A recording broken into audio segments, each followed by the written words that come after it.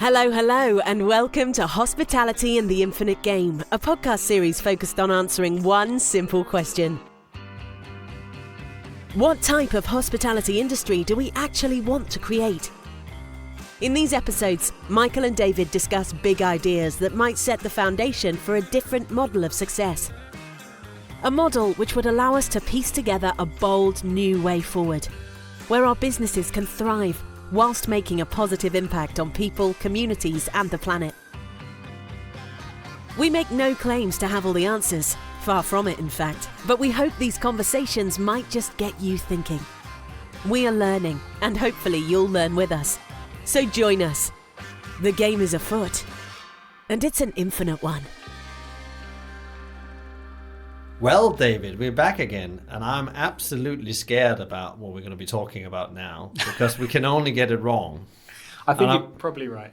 And I rarely say that, that we can't get some of it right. We say as well in the intro, we don't have all the answers, but this is really one where we got caught out, didn't we? I think you're right. I think it's interesting because we almost don't know what we don't know, and that is almost the most dangerous position to be in. I think it was initially in a clubhouse room where we were talking about the future of hospitality, and we were talking about the issues that were going to affect the industry, and none of us had mentioned diversity and inclusion as a topic. And then as a throwaway comment, there were some people that came into the room, and I said, hey, if anyone wants to join us, it'd be great to get your opinion. It's all a bit white and male up here.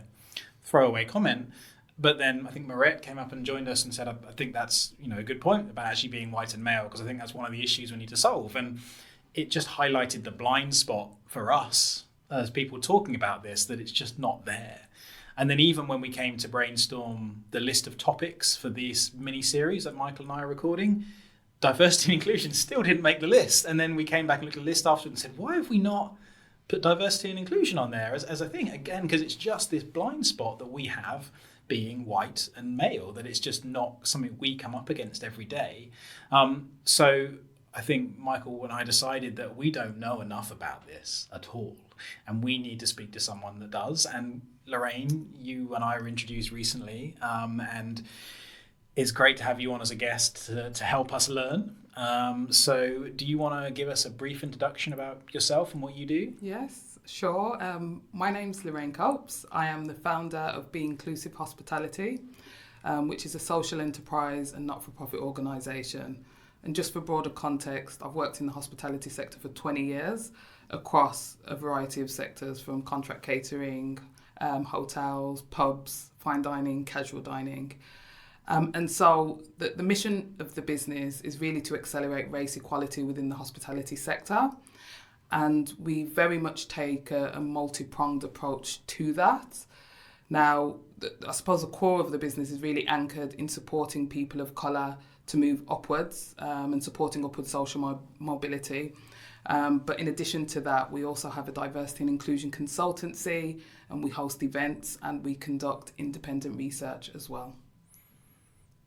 Fascinating. Now, thank you for giving us that kind of brief idea. I know we were talking before this recording about all your roles in procurement and all of the depth of that, but there's so much to discuss on that topic, but I think we'll save that for another podcast. Michael was very keen to get into that one with you.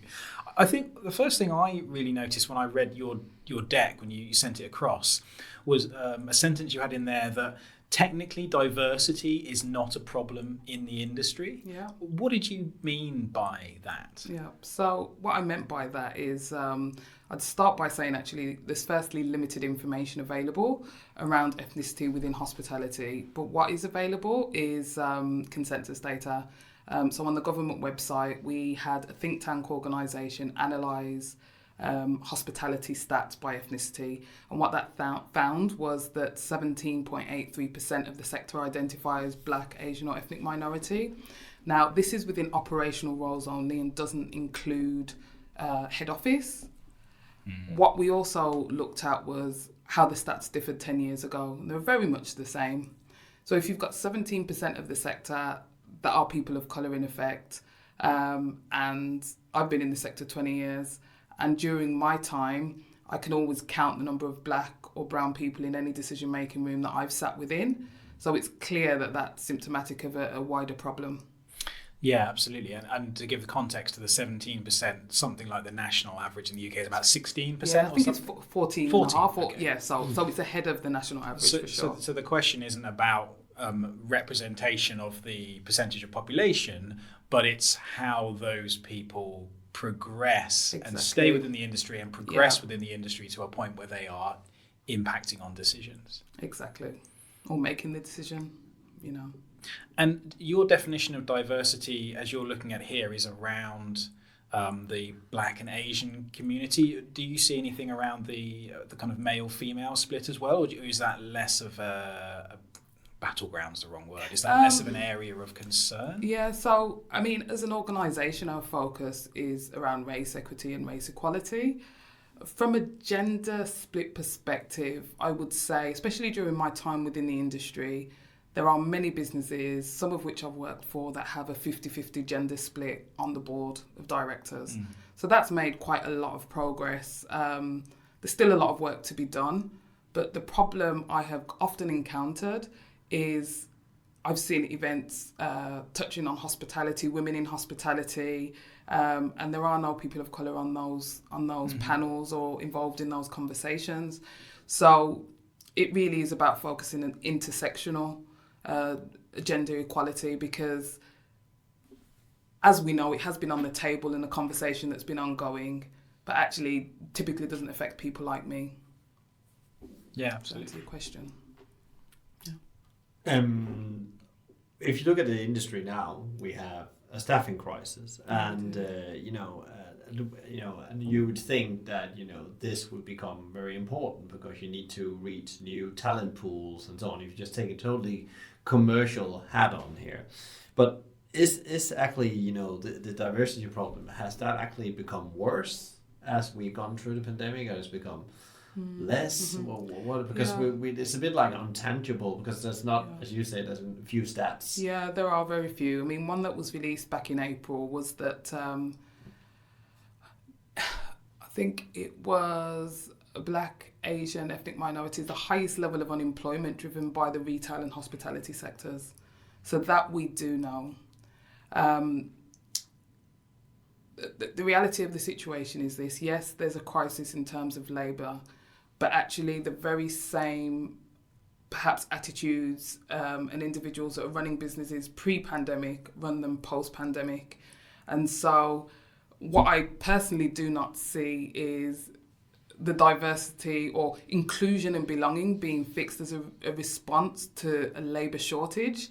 Ultimately, in my view, diversity, inclusion and equity, it really is around your people and your culture, and creating spaces where everyone feels as though they belong, and that's fair and equitable at the end of the day. And if as a business leader, your starting point is that, by nature of building healthy and nurturing company cultures, you're going to attract and, recruit diverse types of people from all parts of society, not just on a race basis. Have you felt there's come more attention to this because there is an issue now that actually you need to recruit from a diverse group, and you need to understand that the cookie cutter person I could get in before, train and put in is not there anymore, so I now need to think out of the box. And for some businesses that we work with and that I've had conversations with business leaders, they're doing the work internally, but they're also looking outside of the box as well. And it's not just the standalone action of recruiting diversely. And I say that because when we incorporated last year, the number one reason why businesses got in touch was they wanted to access a diverse pool of talent. And my response to that is actually, how much work have you done at this stage to understand what your culture is like for all people, and people of colour in particular? Because what you run the risk of doing is bringing people into environments that are not particularly safe or inclusive, and ultimately they leave, and there's a business, it costs you more money to replace people once they leave. So I think that recruitment shouldn't be looked at in isolation as a solution to the problems that we have. It's a more holistic view on how you run your business and what your ethos is when it comes to people. That's really interesting. Do you think that's why you get a larger representation of of people at the lower rungs of the ladder, if you like, at the beginning of hospitality, and then because perhaps the culture isn't inclusive enough that they don't either want to progress, or there's too many glass ceilings or barriers, whatever it is. Do you think that it's that cultural piece that's missing? I think the culture, culture plays such a huge part in how businesses perform, how they act, how they behave, and how people feel when they're within them. I would say when I look at the community that we've built since last year, the large majority of our community are not, kitchen porters, they're middle management. But what we have also done is a lot of studies to understand their experiences that they feel strongly, and we've got stats supporting this, that their career progression has been held back as a result of their ethnicity and race. We also, an Inside Hospitality report that we released earlier this year also identified that whether you were Black, Asian or mixed race, over 50% of each of these groups have witnessed or experienced racism in the workplace. And this is made up of peer-to-peer or senior to junior, also from a senior person within the organisation.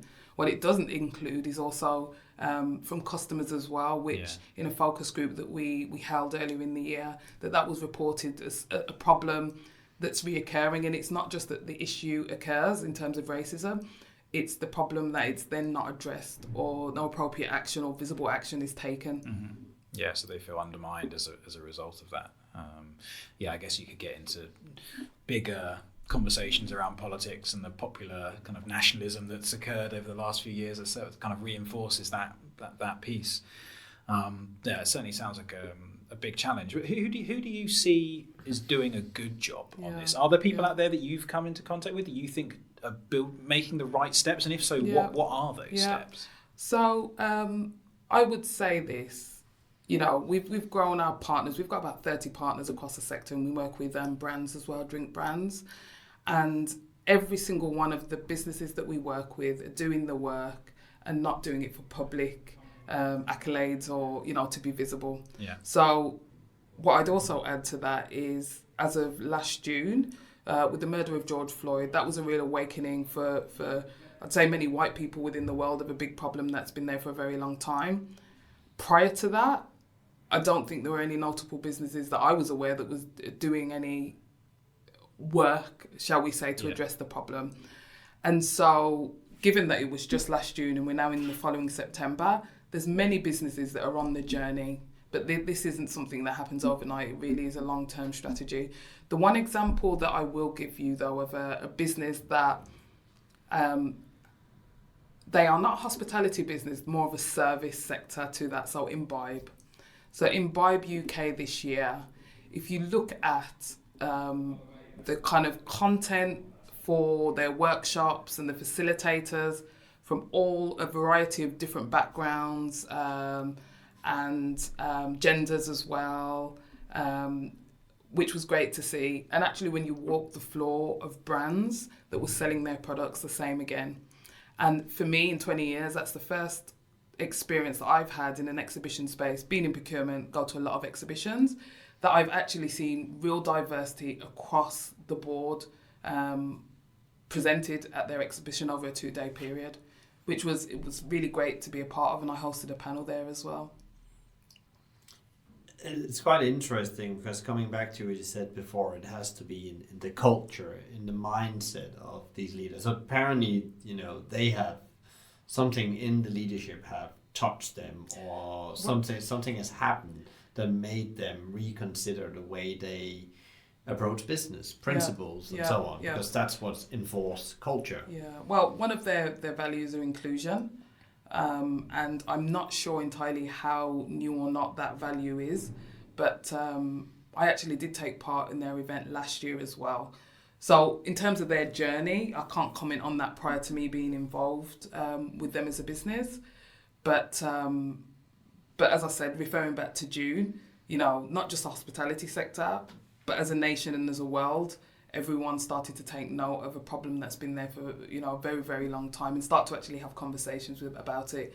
And I firmly believe you can't address what you can't talk about. And for the most part within the sector, and as I see, and I'm connected with a lot of people on LinkedIn, visible of a lot of events in the sector, and I personally don't see a huge amount really being done, especially by industry bodies who support the sector and have a voice and a responsibility. So that's been interesting. Do you think that's because they just don't know what to do with it? Well, I personally think that's a bit of a cop-out, because we live in an information age where there's information available for you to learn yourself, whether individually or collectively. And then if you Google, whilst I am the only business within our industry that exists of our kind, there are other change agents that exist far and wide across the UK. So as you do with anything, I'm not a designer. If I need to understand about design, I'll find a designer that can inform me on the steps I need to take, as you would with any particular function. So it's no different here, because there are experts in the field, and it's about, if you want to and if you care about the topic, to engage with them, have the conversation so that you can kind of better understand what the steps are that you can take to make an impact. One of the things I was thinking as well, as you were saying that, Lorraine, is that you see other industries has, been quite progressive on this subject for years. And I worked at McDonald's at one point, and we didn't look into restaurant or hospitality. We looked into what media companies have done, banking, and especially on diversity with learning disabilities and how you activate that. Yeah. Do you think, like many other areas of this industry, there's been a lot of talk about digitalization and so on, we've been, we just taken long time to professionalize and actually understand the importance of our role in society and communities, and actually embracing that. Mm-hmm. Some organization has, there'll be some that's been very good at it, but it's just not been there, because actually if you look in the boardrooms, we are still very traditional, industrial, a lot of white males running the show. Mm-hmm. But to be honest with you, whilst there has been some progress across a number of industries across the UK, I mean, we're still looking at I'm sure I read a report recently that said that less than 2% of black people occupy really senior positions in the UK. So I don't think that hospitality differs hugely, apart from the fact that they have a higher proportion of people of colour within their businesses, probably similar to somewhere like the NHS. So, I guess in many ways I'm the wrong person to ask, because I'm a black woman, in terms of the why. Yeah. But ultimately, as a business, actually, we are not here to convince people or any business leader that it's the right thing to do. We genuinely work with businesses that either get it and need support and help to move forward on their journey, or are interested. They will go one of two ways. They'll get on board or they won't, Yeah, there was a report that I was reading yesterday, and it was looking at senior leaders in industry, I think, across the UK. They said that actually a higher percentage of people called John, 77%, than women, which was 5%. Yeah. I mean, that's even more of a specific indictment. But from what you were saying about in hospitality, there's almost less excuse. I mean, good hospitality businesses are people businesses. And if you have a broader spread of people, black and Asian ethnic minorities in the business, and then they aren't coming through, then there's something's not working there. They're absolutely, there is something that's not working. But the other thing I'll add as well is, during my time within the sector, often I look to my left or right, and my peer, who could be an ops director or HR director, at some point they worked on the shop floor or started, within the operation itself. So hospitality is not a sector that's recruiting from Oxbridge. It's one where people have the opportunity, chance to develop and grow. But dependent on who you are and what your background is, that seems to be the kind of equation at the moment, and that's why we founded the business, or I founded the business. It's very interesting. You almost bring it back to a society issue again. It is, very much. The class society and history that's taking hundreds of years actually to break free from, and we're still not there. You said Black Lives Matters. You're probably right. A lot of white people suddenly understood there's an issue that hasn't been dealt with, maybe. Yeah. Just, it's 100 years, it's not just decades. Yeah, it's years. absolutely. And to that point, actually, we were inundated during the month of July and August by companies that want to do something, want to help, and then they disappeared into the ether come September. And so, I know you mentioned at the beginning about being, two white men, it's not on your radar. And for many, it's not on their radar until it's brought to their attention. Yeah. And then they move on to something else. Yeah, that's super interesting because it's also, I think it's unpleasant because definitely when David and I had these conversations, it asked a lot of questions about what have you done yourself in your career up to here? What have you actually done to address this issue? And definitely, you turn the mirror on yourself, don't you? And you have a look. And I think there was one of the questions I had to you was about whether you see a difference between, because there isn't any sane, educated person that would think that racism, active racism of any kind, is acceptable, because every human is equal. We believe that, but that is clearly a problem that people have to deal with every day. But the one that's more passive is the kind of the cultural blind spot, the unseen, can't quite exactly put your finger on it piece, whereby if you take 100 people that are white or 100 people that are black within the industry, a higher percentage of the white people will make it up to the higher positions. And I guess that's hard because it's completely true. I mean, there isn't a study that says that isn't true, but perhaps we can't say why. I mean, can we say why? I mean, I'm trying to look into the evolutionary side of it. I know that Noah Harari talks about the fact that as human beings, our superpower is our ability to flexibly cooperate. So, bees and ants can do amazing rigid cooperation but the bees aren't going to overthrow the queen. As human beings, we can do incredible things, and that's the superpower that's made us so successful. But the downside of that is that we have this draw to people that look like us, as he described it. And so there's that kind of natural bias and quirk to our evolutionary superpower that maybe is reinforcing that. But the point is, if we want to be human beings, the race we want to be, the society we want to be collectively together, then we need to actively put those steps in place to counterbalance Absolutely. that instinct, that natural thing that is there. So do you have a window on what you see those steps are as being? How do you...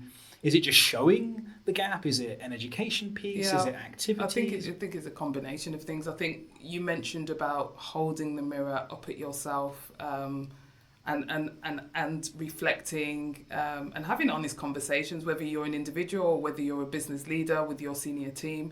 It starts with reflection and honesty, and then second follows is actually being brave and courageous to actually identify what the problems are and look to put solutions in place. Now, you mentioned about bias and racism, and I think based on the studies I've read, I think it's clear to say, and I can't quantify this, there's a proportion that is racism and there's a proportion that is bias.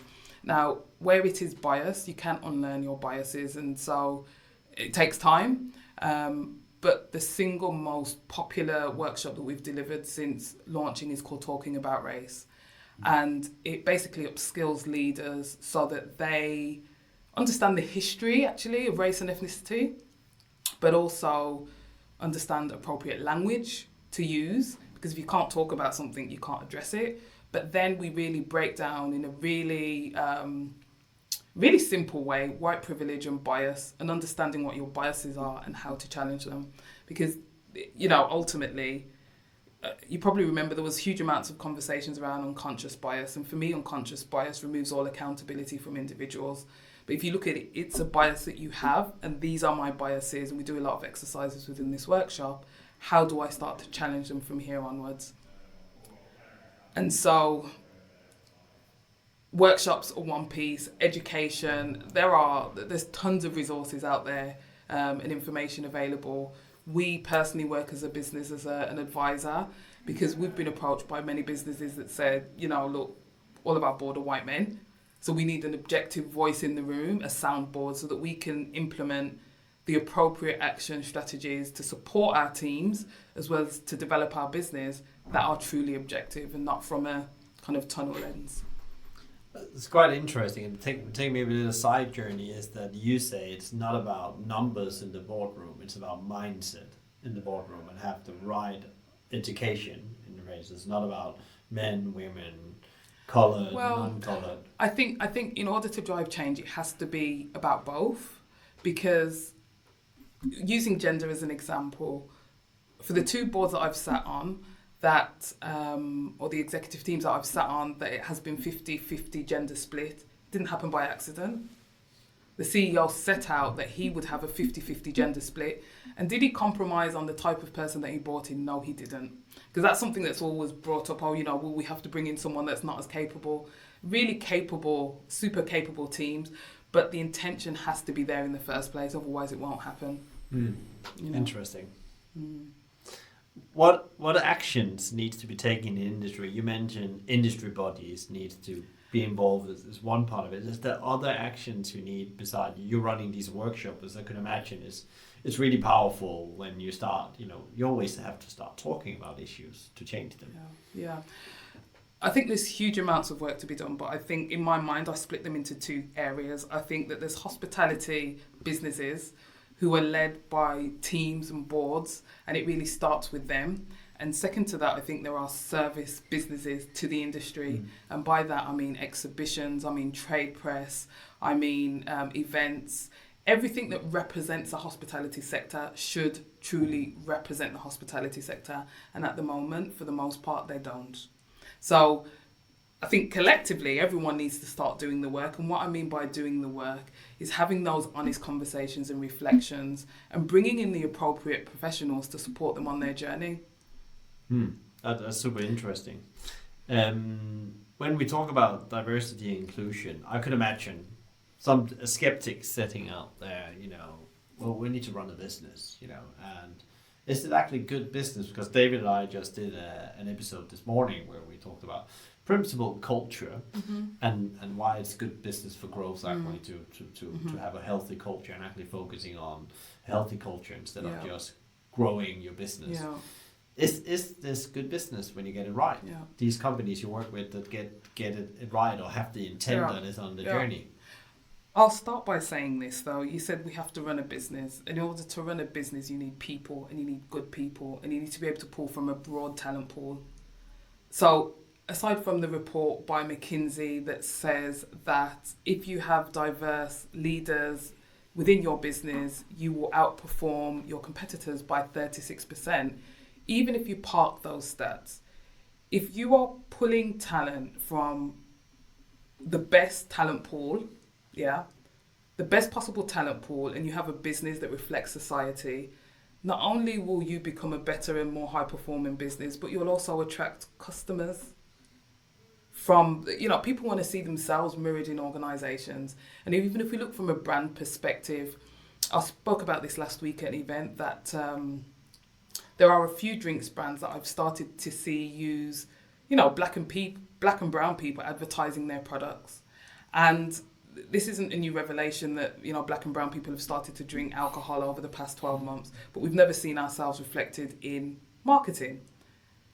Now, by talking directly to consumers, that has the potential to also grow your sales. So it feels to me like a no-brainer as to the impact that it can have on business, because this isn't about, it's about doing the right thing, absolutely, but it's about talent, and it's about talent currently not getting the opportunity or access to make an impact that they can on the basis of their race and their ethnicity. And that's very interesting because most of these companies do marketing, so that's probably a very quick action you could do. That's what the majority of companies have done first, to be fair. Since last year, even businesses that I know that do not have that diversity within their organisations, there's diverse marketing, black and brown people advertising campaigns. And actually, it feels a bit performative if you're not doing the work inside, Yeah, it's because you can't preach something you don't do yourself. That's what you're saying. Yeah, super interesting. I guess it becomes the equivalent of greenwashing, doesn't it? Yeah. It's you want to get the benefit from the outward signs, and perhaps even done with the best intentions, if the internal work Yeah. doesn't match up to that, Yeah. then you're sort of selling, you're doing it for the wrong reason because you Exactly. feel like you should. I mean, Yeah. the number of adverts you see, I mean, I've noticed in the last year, Yeah. the number of mixed race families that Yeah. come on advertising Yeah. anything, Yeah. and you just, which is good, but you ask the question, what was the motivation between Yeah, doing sure. it? Did they feel they couldn't Yeah. have a white family now, or they couldn't have Yeah. an all-black family, so they want to appeal Yeah. to both audiences, so Yeah. let's put these, and it's just, it's a question of motivation and It what sits is. behind it, It isn't it? is. When you can really buy into that. It is, and I'm thinking what you probably will take from this conversation is that it is like a jigsaw. You know, there are so many parts to moving, you know, the problem at hand forward, and there's loads of considerations, and that's why I think it's really important for businesses not to do it alone, quite simply, because there's multiple considerations. Yeah, and clearly they don't have the expertise, otherwise they would have done it so far or had a better handle on it. I think that what you were saying earlier about this process of going through the work just reminded me of something one of my business coaches talked about, the kind of path of learning, and you start off being unconsciously incompetent. Yes. You don't know what you don't Yeah. know and you're bad at. Yeah. Then you become consciously incompetent, as you, like this conversation, you start to realise Yeah. that there's this thing you're really bad at and you didn't Yeah. know much about it. And then through learning and putting the work in, you become consciously competent, as in you've had to, build new habits and new ways of thinking and Yeah. talking. And then ideally, eventually you get to being unconsciously competent because it's just now baked Exactly. into your habits. Yeah. But so much of it, we're still at stage one, Yeah. and maybe some people have realized they're at stage two, but they haven't prioritized the work to get to that next piece. Agree. I think we were coming to an end here, but I think it would be great to give you the opportunity to maybe just like, what would your top line advice be to the industry right now and here to start moving this conversation? Maybe it's not even a conversation. We need to take action. Yeah. The starting point I would definitely say is everything is in the numbers. So start with an audit of your business. So that could be made up of employee engagement surveys, review all of the documentations. And when you pull them all together, so things like staff retention and why people leave your business, there might be trends, common threads that you've not pieced together by not looking at the data. But if you start with how your current employees feel, that's always a really great starting place, especially being able to analyse that data by different demographics, so by ethnicity, by gender. I just firmly believe that data will tell you huge amounts about how the current land lies, and you can't take action until you really understand that. And that's so interesting, because actually you need to know what you almost need to unlearn in principle within the data. David, anything that you want to wrap up things? Like, I've been on a learning curve still. I can see I'm still not very well informed about this. There's more to be done for my own sake, raising the hands and saying that. And I can see as an industry, we could be actually a great ambassador if we really go into this, because we already have the people in the industry. There's already this diverse group of people working in the industry. We just need to, almost accelerate, unleash their potential in a way. I think that's it. Yeah, I think it just seems like there's actually a big opportunity there to tap into great people, and even if you just look at it and in that basis, then it seems to just make sense, doesn't it? I mean, even if you were just being purely logical and you weren't thinking about what's fair and just in society, it's just intelligent, isn't it? Yeah. I mean, isn't that just the way it should be?